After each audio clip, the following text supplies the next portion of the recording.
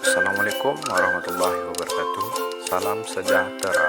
Perkenalkan, nama saya Syaufiq Sari, Prodi Teknik Sipil, Fakultas Teknik Sipil dan Perencanaan, kelompok 67 KKN TMB COVID-19, Universitas Bung Hatta, tahun 2021. Pada kesempatan kali ini, saya akan memberikan informasi terkait tips bijak dalam memilih berita terkait COVID-19. Sebelum kita masuk ke topik pembahasan, kita kenali dulu apa itu berita hoax. Berita bohong atau dalam bahasa Inggris hoax adalah informasi yang sesungguhnya tidak benar, tetapi dibuat seolah-olah benar adanya. Hal ini sama dengan rumor atau berita palsu. Tujuan dari berita bohong adalah membuat masyarakat merasa tidak aman, tidak nyaman, dan kebingungan. Dalam kebingungan, masyarakat akan mengambil keputusan yang lemah, tidak meyakinkan, dan bahkan salah. Terutama pada kondisi pandemi COVID-19 ini, kita harus lebih cermat dalam memilih berita-berita yang beredar di sekitar kita. Berikut tips bijak dalam memilih berita terkait COVID-19. Yang pertama, hati-hati dengan judul provokatif. Berita hoax seringkali menggunakan judul sensasional yang provokatif, misalnya dengan langsung menudingkan jari ke pihak tertentu. Isinya pun bisa diambil dari berita media resmi, hanya saja diubah-ubah agar menimbulkan persepsi sesuai yang dikehendaki sang pembuat hoax.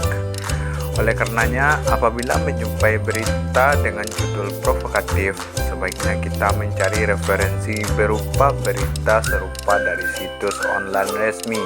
Kemudian bandingkan isinya, apakah sama atau berbeda. Dengan demikian, setidaknya kita sebagai pembaca bisa memperoleh kesimpulan yang lebih berimbang. Yang kedua, cermati alamat situs. Untuk informasi yang diperoleh dari website atau mencantumkan link, cermatilah alamat URL situs dimaksud. Apabila berasal dari situs yang belum terverifikasi sebagai institusi pers resmi, misalnya menggunakan domain blog, maka informasi bisa dibilang meragukan. Menurut catatan Dewan Pers, di Indonesia terdapat sekitar 43.000 situs di Indonesia yang mengklaim sebagai portal berita. Dari jumlah tersebut, yang sudah terverifikasi sebagai situs berita resmi tak sampai 300. Artinya, terdapat setidaknya puluhan ribu situs yang berpotensi menyebarkan berita palsu di internet yang mesti diwaspadai. Yang ketiga, periksa fakta. Perhatikan dari mana berita berasal dan siapa sumbernya. Apakah dari institusi resmi seperti KPK atau Polri? Sebaiknya jangan cepat percaya apabila informasi berasal dari pegiat ormas, tokoh politik, atau pengamat. Perhatikan keberimbangan sumber berita. Jika hanya ada satu sumber, pembaca tidak bisa mendapatkan gambaran yang utuh. Hal lain yang perlu diamati adalah perbedaan antara berita yang dibuat berdasarkan fakta atau opini. Fakta adalah peristiwa yang terjadi dengan kesaksian dan bukti, sementara opini adalah pendapat dan kesan dari penulis berita sehingga memiliki kecenderungan untuk bersifat subjektif. Yang keempat, cek keaslian foto.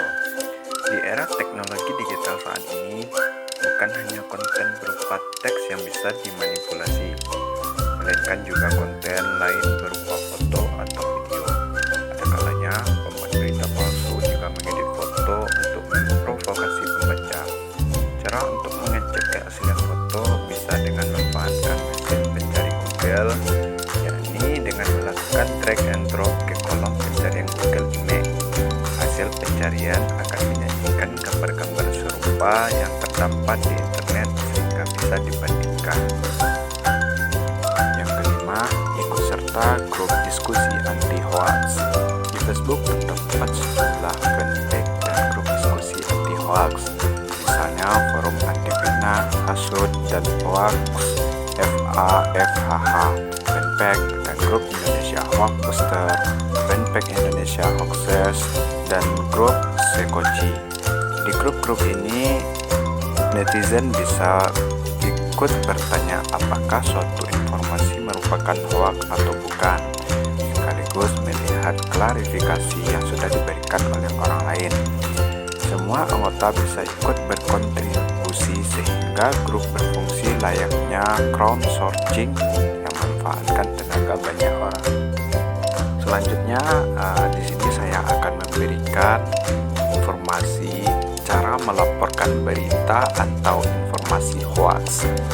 Apabila menjumpai informasi hoax, lalu bagaimana cara untuk mencegah agar tidak tersebar? Pengguna internet bisa melaporkan hoax tersebut melalui sarana yang tersedia di masing-masing media.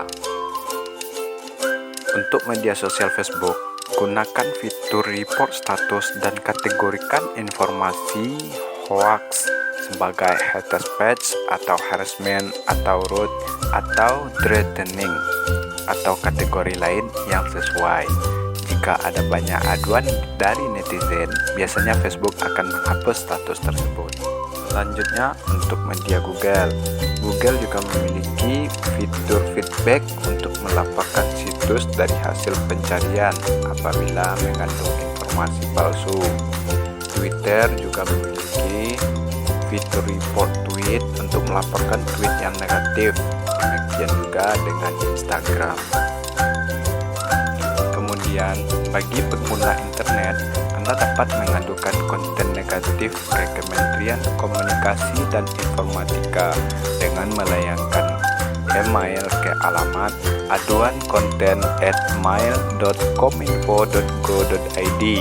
Masyarakat Indonesia Anti Hoax juga menyediakan laman data.tumbekhoax.id untuk menampung aduan hoax dari netizen. Tumbek Hoax sekaligus berfungsi sebagai database berisi referensi berita hoax. Di sini saya akan memberikan contoh-contoh berita hoax terkait COVID-19.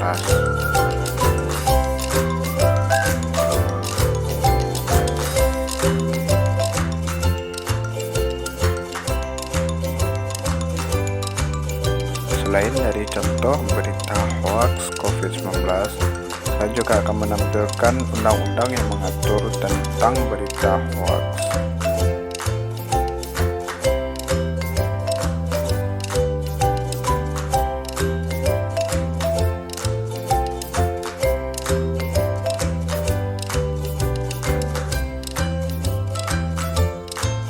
Nah, sekianlah mengenai tips bijak dalam memilih berita terkait COVID-19 dari saya. Semoga bermanfaat. Terima kasih. Wassalamualaikum warahmatullahi wabarakatuh.